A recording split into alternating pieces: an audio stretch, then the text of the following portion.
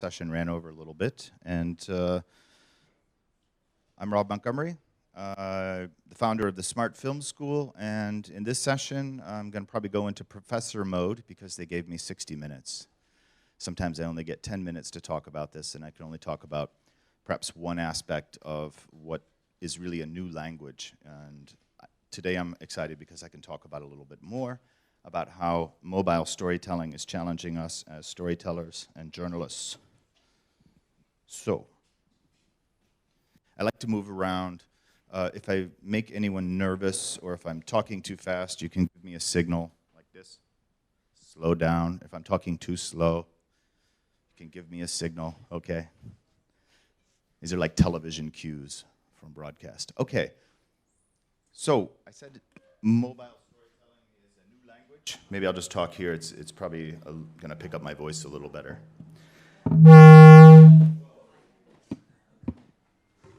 Okay, so that's over there now, Leo. Thank you very much. Let's just look at something. If I'm any good at this, you won't be looking down at your screen. You won't be distracted by your phone. Your eyes are going to be glued to the screen over here because I like to think myself as a pretty good visual storyteller. And when we think about storytelling, and particularly with mobile, what are the roots of some of this new language? Comes from seeds that have grown in the past. Seeds like the MSNBC Spectral Visual Newsreader. Does anybody remember this project? It's been around for, gosh, almost 10 years. It's telling stories in cards, the concept of story cards. So that's one of the seeds of this new language that kind of build our visual grammar, our storytelling grammar, set some of the rules. We now see that concept taking hold in the mobile storytelling experience with things like Google Now. Now, whenever you search on Google on your phone, you're going to get relevant contextual information, like maybe the weather in Berlin or that flight you're taking, show up in story cards. Just the information you need at the moment you need it, served up in a very comprehensive snapshot or a snack. So it's an information snack, a news snack. So these story cards are really the core ingredients, the core nouns and verbs that we use in mobile storytelling. And oftentimes, because phones have gotten bigger, the displays have gotten larger, the natural default is to hold the screen vertically. That's challenging our presentation. It's challenging the way we're doing video. But again, it also allows for story cards to flow in streams,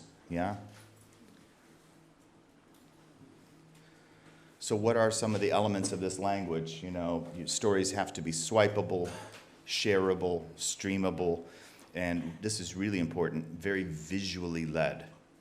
Because we are now serving stories to audiences in a world, an ocean of small screens, visual storytelling is particularly effective and particularly important to grow your literacy for.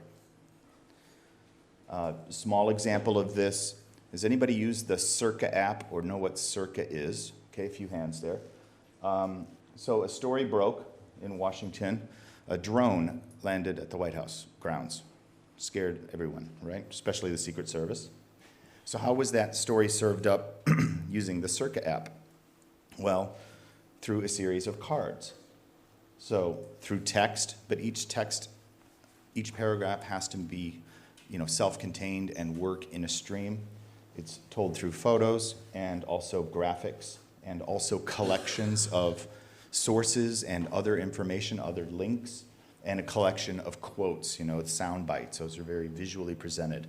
So that's a great example of a recent story told. But that's often just not enough because to really get that engagement, you want to invite your news consumer, your story consumer, to be able to subscribe to any new story cards that you add. On a developing story like this, they can stay with your story. They can get notifications. They're in charge of how they get the new story cards that are coming in that stream.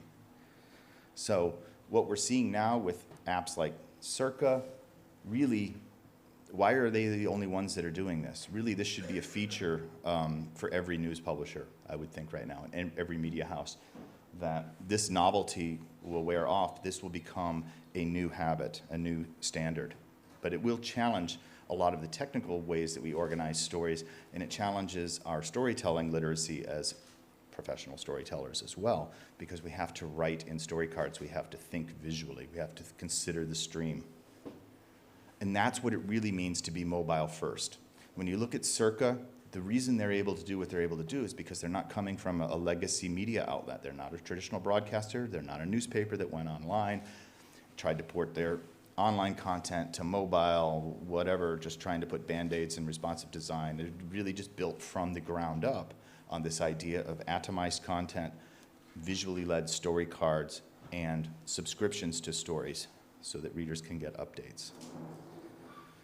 You can take that concept a little bit further or look at it a little bit differently when you look at the Zeit mobile storytelling app. This is, again, a consumer-focused app that you can seed with what you're interested in, and it will build a custom report for you every day, or every time you check it, it will go out and find interesting stuff. But this app gets smarter the more you use it. And that is a behavior, again, that should be a standard for any news organization going or saying they're going to be mobile first. Because that storytelling experience, that is an extremely satisfying user experience for consumers, because you get turned on to more interesting content. It already kind of knows what you like, but behind the scenes, it's seeing what stories you're reading, how much time you're spending on it, what sources are they, and it gives you more similar information. It's really using algorithms and machine learning to improve mobile storytelling. Everybody knows what this is? Do you have it on your phone? Do you have the Snapchat on your phone? If you did, do you know what that is? That's my QR code. All those dots, they're not random, they're unique to me. If you held up the Snapchat app and you touched the screen and pointed it at this, it would add me to your, yeah? Did you know that? That's a cool little hack. So we're seeing some of these older technologies come to us in new and different ways. QR codes are 10 years old, they're really popular in Asia. They didn't take on very, in many other parts of the world, but they're coming back as a way to connect users to each other and to their mobile stories that they're making in Snapchat. Now, I must admit, I'm always lost in the Snapchat user experience. I mean, I think it's designed by kids for kids to keep parents away, you know? It's really confusing, and it works brilliantly at that. But I do know that if you swipe right, you can get to content. This is new, came out this year. Partnerships. Because the audience is so huge on Snapchat, because it's the one that brands want to be in front of, all of these publishers ran into this to put their content where the audience is gathering. And that's just the way it works on mobile. You can't necessarily attract an audience to your content. You kind of have to put your content where the audience is. So mobile platforms are super important for storytelling. And if you look at how those news brands are promoting their content to millennials, using a vertical display of information. CNN probably does it the best because they actually understand the language of mobile storytelling, they actually understand art direction, and created a design language for their stories that they're promoting on Snapchat. If you go and look at, I'm just going to back up, if you look at some of the other ones, they're not so good at it. Vice News sucks on this platform, in my opinion, because they're using full screen vomit-inducing video. Okay, maybe that works for their audience, but it doesn't work. It doesn't attract me. So their short promos are all full screen video, and it's really unwatchable. Of course, when you click on any story, it's going to prompt you to turn the device and watch a video horizontally, as you should. But CNN tries to make any motion or animation in their vertical presentation of news very small, so it's not full screen, and so it's a pleasant experience. It's almost like poster design, but some parts of the poster are moving. Very key, very nuanced thing, but very, very important if you're going to be professional and put that out there. And the reason I know that was because I had observed this behavior. I worked for a long time as an art director in Chicago, and so these are cues that I picked up on, and I reached out and I found the CNN creative director in Atlanta for digital confirmed that, yeah, we've developed a language for this. Thanks for noticing. So as we look at mobile storytelling, we really have to look at it as its own ecosystem, its own world. We can't just do what we've always done and push it out to mobile and expect to be successful. We have to adapt. We have to really reinvent ourselves. So this is my quote. You can quote me on that. So that's the real challenge. We have to build our mobile storytelling and our mobile consuming experiences pretty much from the ground up. And platforms are a good way to do that. So let's talk a little bit about the news of now, right? This is the latest breaking news in mobile storytelling. Everyone remember this? Oh, that's old news. This is the new thing. That was Meerkat. This is Periscope. I've got it right here. I've done some Periscopes from Perugia. I wasn't getting a good signal. Let me see if I'm getting one now. But there's a big, I'm going to use this mic, Leo. Mike, hello, I'm over here, thanks. There's a live stream camera in the back of the room. It's really big, and it has to be connected to cables and everything. And up the hill, there's satellite trucks connected to big TV cameras and all that stuff. But here, I don't have any of that stuff. So where am I broadcasting from? Perugia. So now, I can share this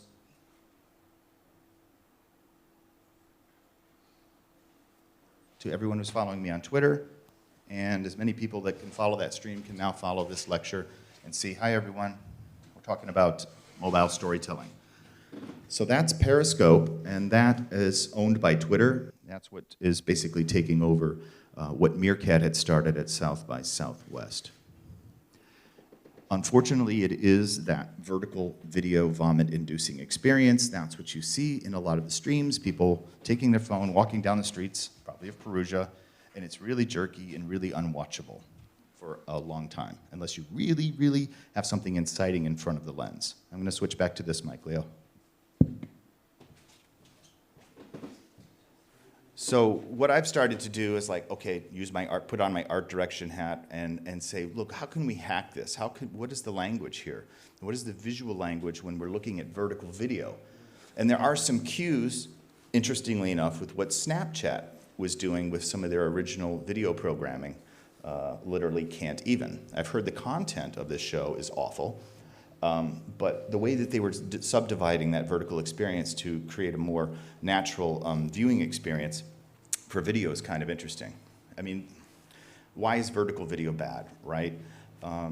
It's not always bad. It's just most of the times bad because it's being done by amateurs, and it's also the fact that it's a very narrow portal. Vertical motion is very tough to process because of the biology of the way we're built. Our eyes are spaced horizontally on our head.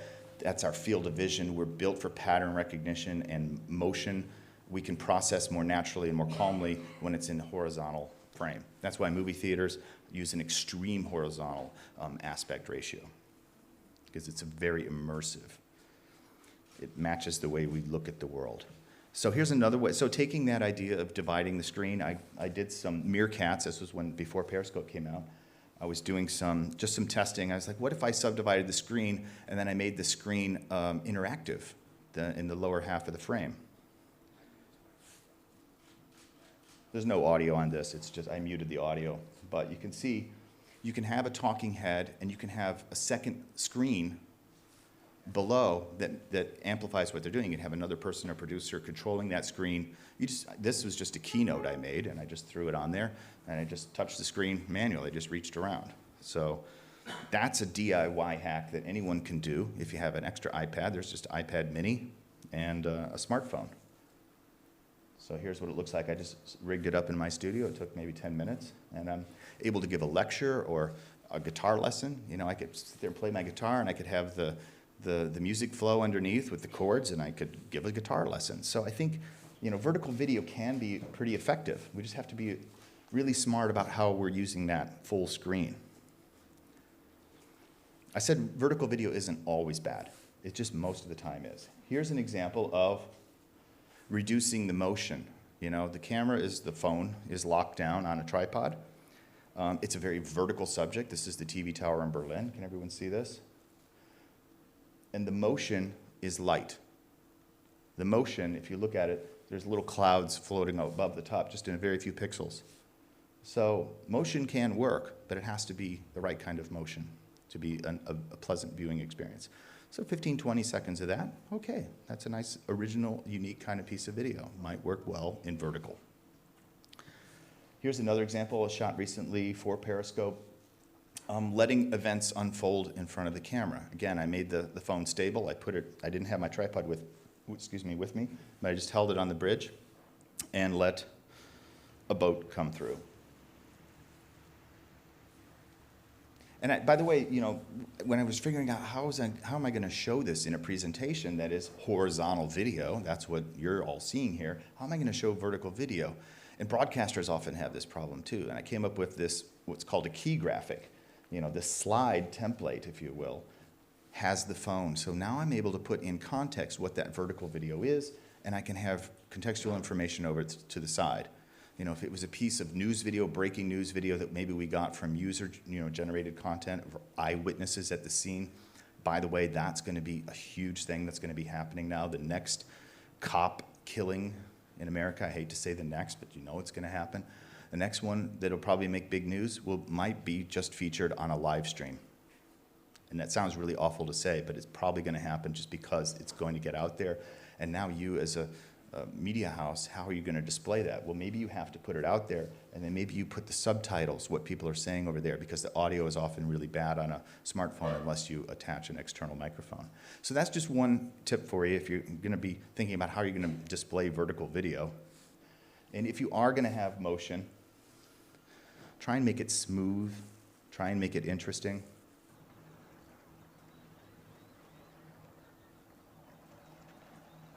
Yeah, if you're going to do it, if you're going to do that kind of stuff, you might need to invent a bicycle cam, which is what I did. So I could experiment with smooth motion, because when you're on a bicycle, you're on a pneumatic tire. You get a smooth experience. And there I was on a tarmac, a very big runway. So, and I could have hands-free filming. I had a mic down there, so I could monologue. I could narrate what was happening. Very simple hack. But it doesn't always have to be vertical video. So this is a mock-up I made when I was talking with developers. I was like, look at Meerkat. You know, Meerkat has that vertical video full bleed as the default. And you know, they have the overlays for the comment stream and icons of all the people following. But it doesn't have to be that way. Why not either make it square or vertical and let the vertical display of information be contextual, right? And you can intuitively guide a user to, excuse me, I think it's a video that's going to play, right? I might have to click on it. Default is you just rotate them. Anyways, you can guide the user to prompt them to turn it to a horizontal. Oh, it is playing. To get there, you've got to make it frictionless and guide the user to film horizontal video.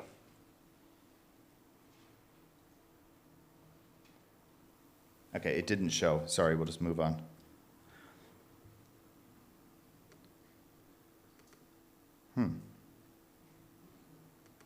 Technical problems. What, technical problems? Never heard of it. Let's see if I could just manually bypass that slide. Where's my screen? There we are. So the real question with all of this is story cards, video storytelling. So the real challenge I have to you as maybe professional journalists, as student journalists, is can you tell a story in 30 seconds? Can you make a compelling report? Can you give me a self-contained story module, a piece of a story that can go into a stream, be episodic in nature, that can inform, entertain, and keep people not only attracted to that story, but informed? And you can do that now within Twitter. You can, again, it's going to ask you to hold your phone vertically, but it's going to record square video a la Instagram, yeah? And you can film pieces, segments, sound bites, pieces to camera, voiceover, and you can trim them, and you can assemble, edit it right within Twitter. And you, up to 30 seconds, you can post it. And that's not live streaming, but that's near live streaming. And maybe you can have a little bit more storycraft because you're actually trying to put together a story that has a beginning, middle, and end in a 30-second window. Now, it's not limited. That's not the only way that you can push a 30-second video out on Twitter. You can still use the traditional tools, I call them traditional tools now, of video camera or camera app and video editor app, again, iMovie, and you can cut together a 16:9 widescreen so that it plays full screen playback, edit that to a 30-second package. You can put graphics over it, you can do voiceovers, you can do split edits, you can cutaways. Do it in 30 seconds. You can tweet that out as a piece of video. If you want to see an example of that, I did that earlier this morning. My Twitter handle is @Robb Montgomery, 2 B's. And you can see I posed that question to people to see if they might want to come to this session. Can you tell a story in 30 seconds? That's one thing I've been challenging myself to do and something I've been challenging my students to do. So you can do a 30-second weather report. That was one of my first live fire exercises. I was apparently one of the first people in the world to get this feature, and everyone else had to wait like 2 weeks, the video Twitter feature. I think it's because I was in the German Apple Store instead of the US Apple Store, but a lot of people were, all my colleagues, all my peers at the BBC and other newsrooms, they're like, why don't we have it yet? I don't know. It's up to Twitter. But everyone has it now.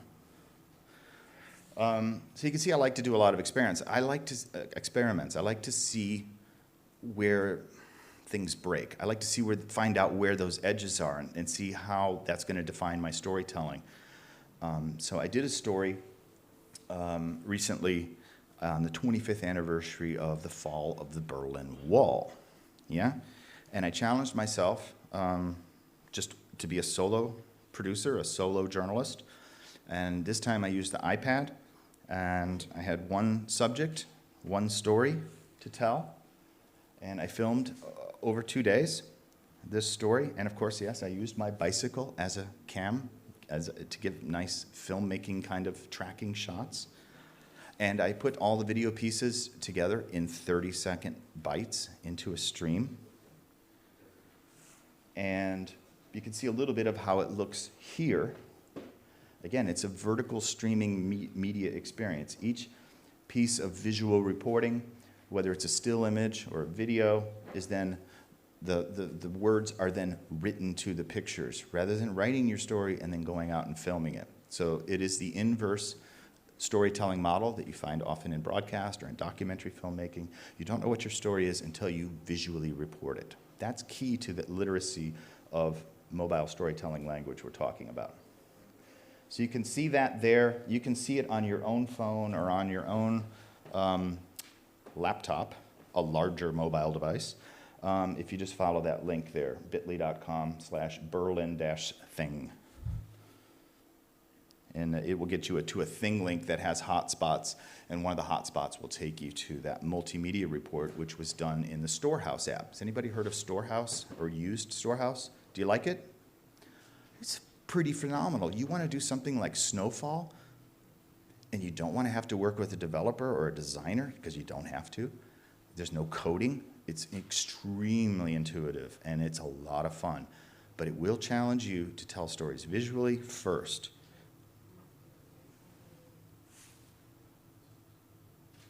And then you can, take a snapshot of that.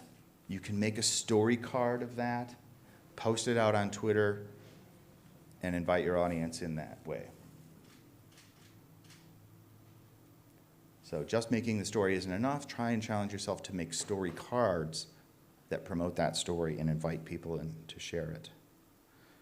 Oh, I have that link maybe a little bigger here. Storehouse gives you a little story card to share, and that's pretty cool too, but it doesn't always appear on all social media platforms. But it does have some motion. It has that first piece of video, and so it is kind of an attractive way to visually share a story. So let's talk a little bit now. Let's switch gears. Like I said, I'm in my full professor mode because I got 60 minutes and I've still got 20 left. How do I teach video journalism? How do I teach especially mobile storytelling?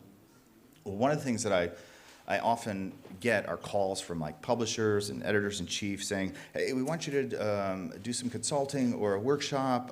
We want to train our reporters in video. And my first question is, what kind of video are you going to make? They don't know the answer. They never know the answer. I said, well, is there something similar? I don't know, we just want to know how to do video. I'm like, okay, so let me give you a cue. Let's check it off the list here. Are your reporters going to be doing live streams? Okay, that's great. We know a lot about that now. Are you just expecting your reporters to do visual reporting and then send that raw footage back to your media, engine for other people to cut? Are you trying to do short form? Are you trying to do 30-second videos? Are you trying to do news clips? Are you trying to follow the formulas of broadcast news? Are you trying to do a news package, 2-minute package? Are you just doing walkthroughs, show and tells, So once you start figuring out what type of video you want, how you're going to produce it, then we can start and talk about, okay, what are the ingredients in every news report? What are the fundamental building blocks you need? And now we will build our training or our conversation around if you have the capability, do you have the workflows? And these are the things that your reporters need to know how to do. They have to go out there and gather these elements. These 5 things are the keys, because that's what video provides. Video is great when you know the language and you have the fluency to tell it, because you can communicate a lot of information in a short amount of time. And that is a critical skill right now, a life-changing skill for people who know how to do it, because we're living in a world of small screens and short attention spans, and an expectation for really concise and powerful storytelling. So a lot of these lessons I'm showing you were built because I did some consulting with Radio Free Europe, Radio Liberty. Does anybody know those guys? They're a pretty big broadcaster. If you don't know them, they publish in 28 languages, 21 countries. They have 300 journalists in Prague. They have 19 bureaus all across Central Asia with more than 200 journalists, and they have over 900 correspondents worldwide. And they hired me to figure out how can we make their smartphones smarter with what the video they're doing, yeah? So whether that's live streaming or sending back footage from events to their respective bureaus or to the main newsroom, that was the big problem to solve. And of course, they were using Android devices at the time, and they still are. And Android devices just don't support full filmmaking video production to the level that iOS devices currently do. So we had some limitations in terms of being able to do fully complete packages. So that changed the question on the workflow. So when you're working with reporters, when you're working with media students, when you're working with media faculty who now have to teach this new language, what are the things you need to really focus on? How to build a visual story, shot patterns and sizes, what's the visual grammar? How do you prepare for interviews is as much as important as how you conduct an interview. Because if you're not properly prepared with your tech, if you're not properly prepared with your questions, you're not going to get what you need in the end, which are great sound bites. They drive your story.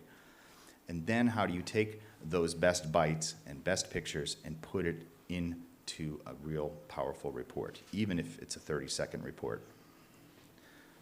So what I teach is basically 10 steps, We have to understand the technology. We have to get the apps and gear sorted out.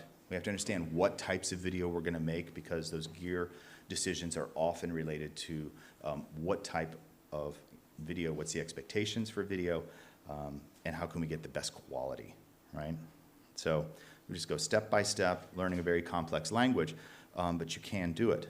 Here's just a quick sample of my current rig. This is what I'm recommending pretty much for any journalist who wants to get professional results. You still have to solve the same problems that you would with any other camera. You've got to lock it down. That means put it on a tripod.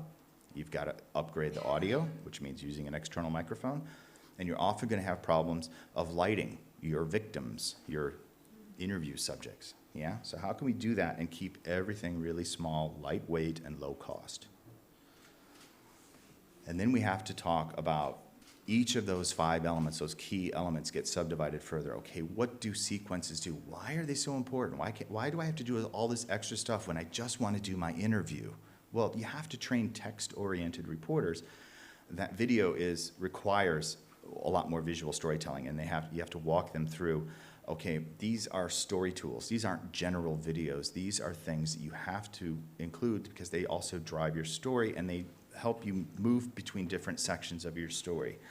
So once you explain it, look, what we're talking about is not B-roll. That's just a technical term because, back in the day we had to have 2 tape machines, an A tape machine and a B tape machine. And when we wanted to switch between interviews and visual stories, the B-roll held all those pictures. So we call it B-roll, but no. So I don't call it B-roll. I don't call it GVs, which is a UK term for general video.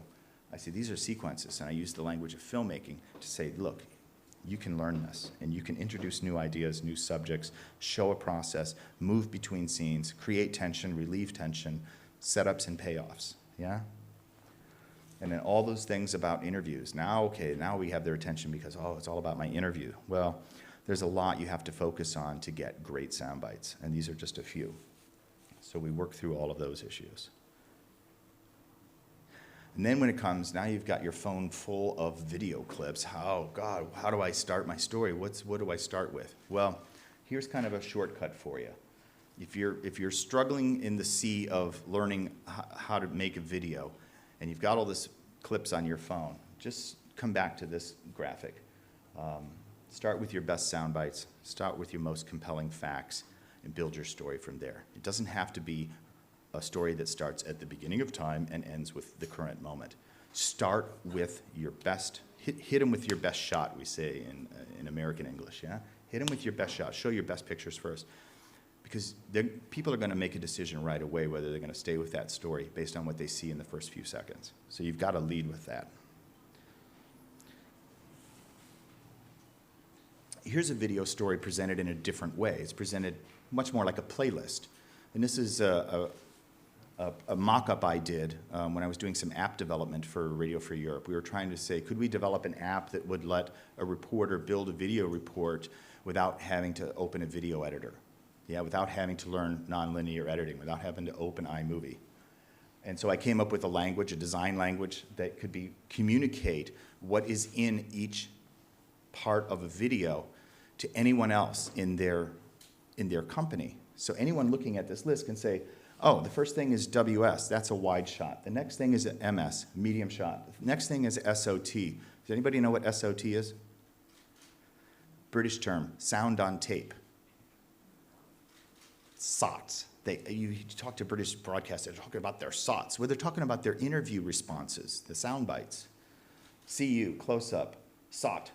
And you can see each of those clips is trimmed to a rough cut, like, okay, that's 4 seconds, then it's 6 seconds of a visual sequence of victims in the street, then it goes to our first sound bite, it's about 15 seconds long. It starts with the first few words, she looked, blah, blah, blah. So all of the cues are there. As an editor, I may not have seen one frame of this video, but I know exactly what that reporter has collected and assembled and sent to me. Yeah? And then I can make a decision, do I want to change the order of that? And that's what we were trying to get to. Because when you can do that, you can start to see a video story in a new way, a way that's not possible when you're just watching video. So you can see we've got an establishing scene, we've got a sequence, we've got witnesses, we've got a cutaway, now we go to the expert voice, and then we have a summary with the reporter at the end. So here's another way to deconstruct video, showing it to you in maybe a form that you're more comfortable with, text. So I've done a lot of that in workshops, and I've done a lot of that in person. But over the last year, I started a year ago writing a book. It was published in March last year called A Field Guide for Mobile Journalism. And this was about how to use your phone to do interactive stories, how to build visual stories. Again, teaching text-oriented reporters and storytellers new ways to use a device they already have without spending any other money than maybe getting a couple apps to tell powerful visual stories and start to make story cards. I've put all that learning now into 10 course packs. I've built 120 video lessons because when I tried to write the follow-up book on video, I wrote it and I realized the best way to present this is in structured video. So I had to make video story cards for each of my lessons, and that way they could be assembled into different courses. So one course might be 45 minutes and might just be, what every reporter needs. Hey, the 10 steps to how to make a video. because, you know, reporters, they're busy and they just want to go to a lesson and find out how to solve that problem or show me that technique again. And they can do that in this platform. Some people might want a more deeper dive and get certified. They want 7 hours. They want 120 lessons. Fine. There's a course for you on that. So building that teaching all over again from scratch took me 6 months, but it's really effective. And people are coming to me, like people at CNN are saying, hey, can you build us a course? We want these lessons. And I say, no problem, because I have built all my lessons as video story cards. I can build a stream, I can build a course for you in a day, based on exactly the story that you want your reporters to know. So that's called the Smart Film School. You can check it out. And those are some of the courses. Some are just focused on interviews, yeah. Some are focused on multimedia. You can design your own course, blah, blah, blah. That's the advertising. Now, so what is this all getting to, right? What is this all getting to? If we're going to start telling stories in cards, we're going to start training reporters to be fluent in new languages that are visually led, that are self-contained, that are short-form focused. It's going to bring challenges to your bigger ideas of how your newsroom is organized, you know? And that's really where I like to come in and work with publishers and media houses and say, look, this is changing everything. Mobile just isn't a bolt-on, just one other channel that you're putting your content out on, right? It's not another edition of your newspaper. It's not another news show you make. It has to be its own entire world. So who's left in the newsroom? Well, I have some ideas about that. That if all of your reporters are now able to do this work and not have to go to a newsroom as often, they're going to go in and check in. Who's left? And that's just some idea. And I got that idea because I actually built this newsroom 3 years ago in Tbilisi. It's the world's first and mobile-only newsroom in the world. It's also serving Radio Free Europe and 4 journalism schools right now. Started out just serving 1 journalism school and Radio Free Europe training.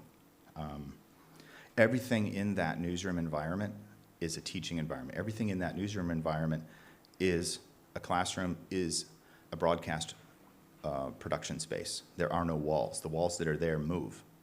There are no computers. Everything's a mobile device. Furniture moves. So the whole space is open. The whole space can be reconfigured into a classroom or into an event space that could be live streamed or into live television production or show production. And the students love it. So when I think about mobile and I think about that experience of blowing up your newsroom and building it all around mobile, I know what I'm talking about because I built one. And it also challenges, you know, when I said there's no computers, there's like, okay, maybe 2 computers, 3 computers that are fixed. And one of those computers is to manage the mobile inventory. I had to build a safe vault in the middle of this building to hold all the mobile gear, cameras, microphones, phones, and iPads, yeah? And when a student reporter needs to check out a piece of gear, they just come in, swipe their student ID on that computer, and the technician sets them up with the gear they need for the job they need to do at the moment they're doing it. Really smart, right? There's a huge vault of toys to play with, and you only need what you need at the moment. So that's the idea. You can learn more about that at the Smart Media Lab. I got one more cool graphic, at least, to show you. And that is what I call the Mojo Pyramid. So if, again, we step back and look at the big picture, and we say, okay, now we're going to have more of our reporters doing mobile field reporting, right? Doing story cards from the field. Not everyone's going to be at the same skill level. Not everyone's going to have the same role or function or expectations for what they can do. So I like to break this down into 3 camps that at the very top are going to be people like doing what I was showing you my examples, that like doing the Berlin Wall story, you know? One person that can do everything, right? They can find the story, they can find the interview subjects, they can find the experts, they can report visually, they can cut the package, they can post it in a story card, promote it on social media, right? But those people are very few, fully trained mobile visual journalists. And so they sit at the top of the pyramid. And they're supported at the base by every reporter who has that basic understanding, the 10 ways to tell a story, the 10 steps to building a visual story.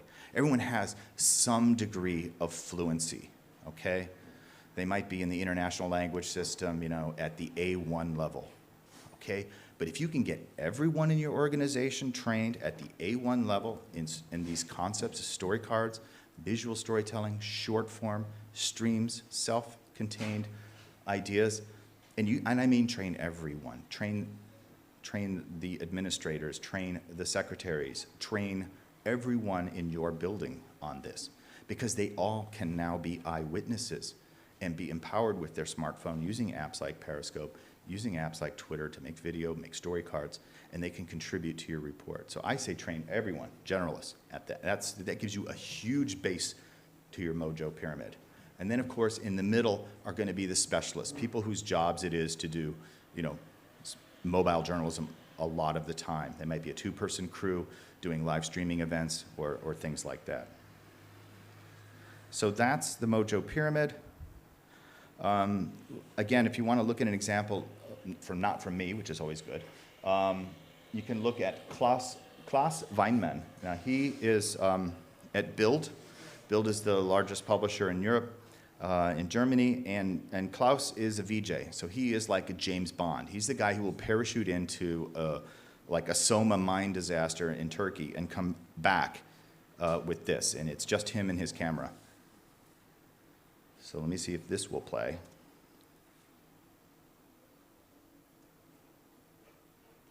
And this, again, is a project that was built in Storehouse. So he was using his phone and taking you into the aftermath of the mine disaster, the people, the families, the workers, the rescue attempts, the pain, really. A very painful story. Very, very powerful. So this stuff is not toys. This stuff, if you have the language, the literacy, and you have the organization and the right people doing the right jobs, can be extremely powerful. And it's just heartbreaking stuff, yeah?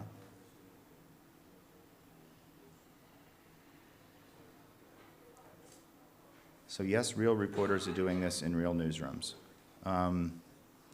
Maybe you've got some questions. Maybe we have some time. I tried to leave some time. I can give you some questions, because this is going to challenge everything. Creating a whole world and a whole experience around mobile is going to change your world. So, what knowledge do the leaders have? This is what I always come back to, because these are the people who are calling me. What knowledge does the editor-in-chief need to have? You can't call it training, because no editor will admit that they need training. Okay, coaching, whatever you want to call it, mentoring. But they need a few minutes on this topic as well to really understand the potential. And then when it comes to everyone else, it comes down to planning. It's because there's such a wide palette now. I've shown you just a few of the ways to tell a story. It's really going to challenge, what is the best way to tell that story? Is it going to be a live stream? That means I have to deal with vertical video. Is it going to be a series of short video reports? Try and pick one and get really good at it before you move on to the next, would be my suggestion. And then try to work with a partner. Maybe you swarm a story with a colleague, and one of you is focused on video, and maybe one of you is focused on interactive images, for example, and you pair that reporting, and now you multiply the depth of your storytelling, and you create a nice experience. But you're each focusing on one aspect. That can work great. But to get there, you're always going to have to be seeking visual answers to your story questions. So, with that, I am done with my lecture. I'm going to get some water, and then I can take some questions. Steve, you have a question?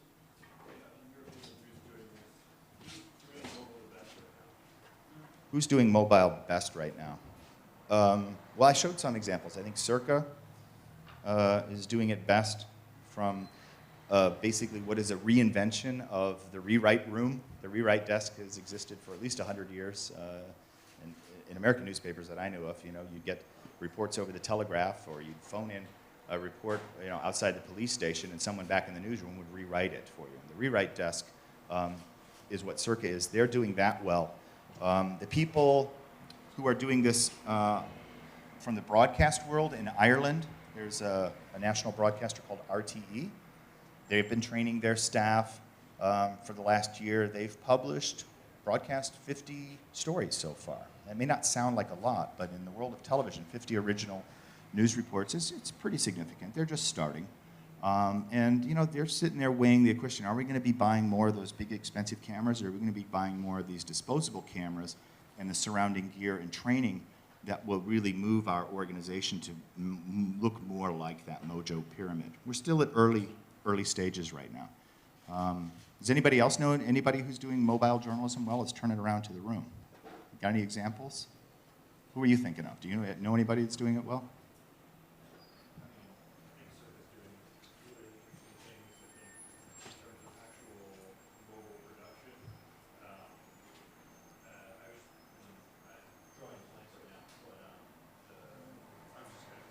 Yeah, I think the wire services are really going to go strong in this direction. I can just sense that coming. Yeah, that these will now come over as packages to you, maybe. But again, the challenge is how do we reorganize around basically a whole new experience? It's mobile centric. Yes. How do you see the whole mobile and content, adaptive content development in relation to the new wearables, you know, revolution and all that? How do you see traditional storytellers actually transferring their content onto these new devices? Well, yeah, so the question is about wearables and content. You know, the New York Times just announced that they're going to be putting headlines out to the wrist. And I think, you know, when we think about at least the first generation of wearables, we know they're just an extension. They're a tether. They're a wireless tether, but they need the phone to work, yeah?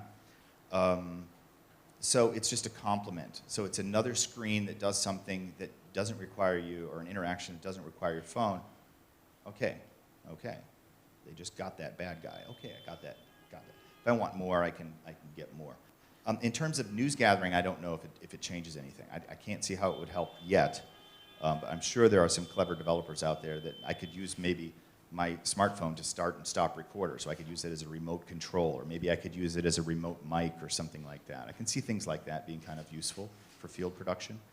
I don't have any other ideas yet. Yeah. I know the Guardian are currently working on something like that, but because no one knows how and whether these wearables are going to take off. You know. I think Apple's already, sold 1 million? Pre-sold 1 million. Yeah. I think they are going to take off. There are already 1 million unhappy people because the shipping date slipped, right, for the Apple Watch. So I don't know. They sold 700 million iPhones. I think they must know something. It's going to happen. I just don't know how it's going to affect news consumption. I think that's why we have to be really, I mean, that's micro mobile. If we think this is mobile, you know, mobile 3 years ago is the laptop. Yeah, it's a whole new environment, so it's going to challenge us. Yes? I got some practical questions. The first one is, how do you split the screen? The second one is, how do you build the layout of the horizontal periscope? And the third one is, if those apps like Cirque and Zeit are embeddable, yes or not, or only the preview? Okay. Let's start with the Zeit question. I don't know that it's embeddable. You can watch a Zeit story on a laptop, online, and then you have the option then to open it within the app. How do I divide the screen? I showed you in my studio, I just used an iPad as a framing, as a window. Yeah, it's a physical frame. If you have more resources, you can come up with a better rig. You can come up with other ways to do it as a permanent setup. And if you want to do it, you're going to need maybe more of a custom solution if you want to feed video in to 2 separate screens.